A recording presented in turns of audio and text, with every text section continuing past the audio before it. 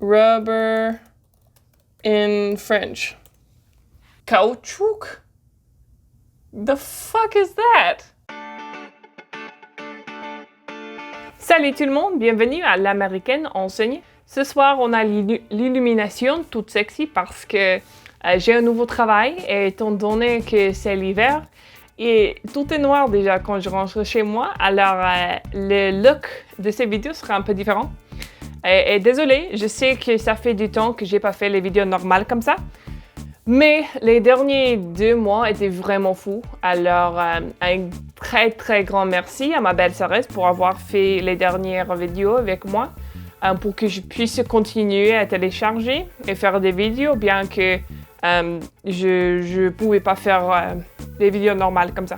Mais je trouve que faire ces vidéos, c'est très amusant pour moi. Alors, j'ai décidé de recommencer avec une vidéo assez amusante. Alors, je vais vous expliquer mes mots préférés en anglais. Je pense à faire une vidéo comme ça pour mes mots préférés en français aussi, mais on verra. Le premier, c'est rubbernecking. Ça veut dire littéralement un coup en... Je sais pas dire rubber. On verra. Rubber in French. Caoutchouc? The fuck is that? Caoutchouc. Ok.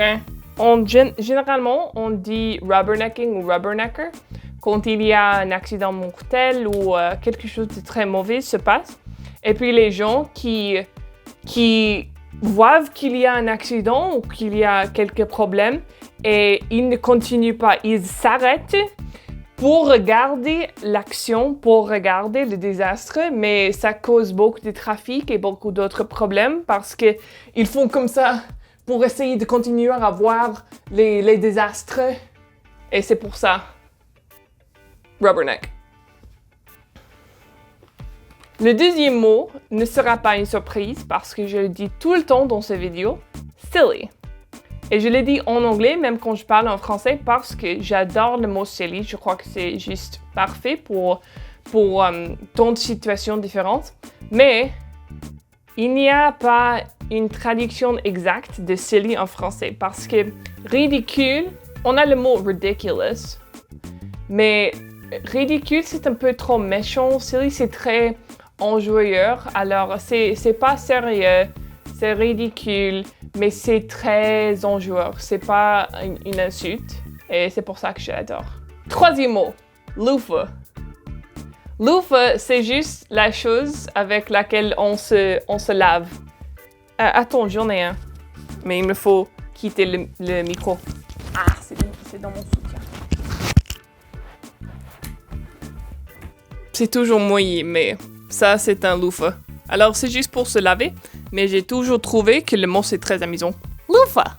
Parce que j'ai perdu le petit clip qui l'attache à la chemise, alors il est libre. Numéro 4. 3. Finicky. Finicky a beaucoup de définitions différentes, mais la raison pour laquelle j'aime le mot finicky, c'est juste parce que c'est drôle de le dire. Finicky. Finicky. Finicky. Finicky, c'est juste un adjectif pour quelqu'un ou quelque chose qui n'est pas fiable, qui ne marche pas tout le temps ou pour les gens, ils ne viennent pas quand ils doivent ou pour ma voiture, my car's just been really finicky lately. La voiture ne marche pas d'une façon fiable tout le temps. Yammering.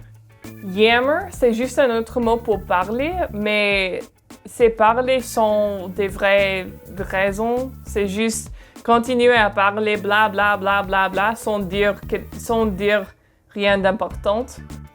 Alors c'est quelque chose que ma mère disait tout le temps. Quit your yammering. Ah, j'adore ce mot. Gaudy. Gaudy, quelque chose qui est gaudy, c'est pas de luxe exact, c'est comme grand, extravagant, mais d'une façon tacky.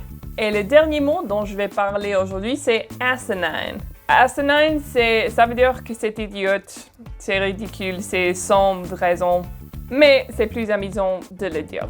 Asinine! C'est comme la fesse. C'est tout aujourd'hui.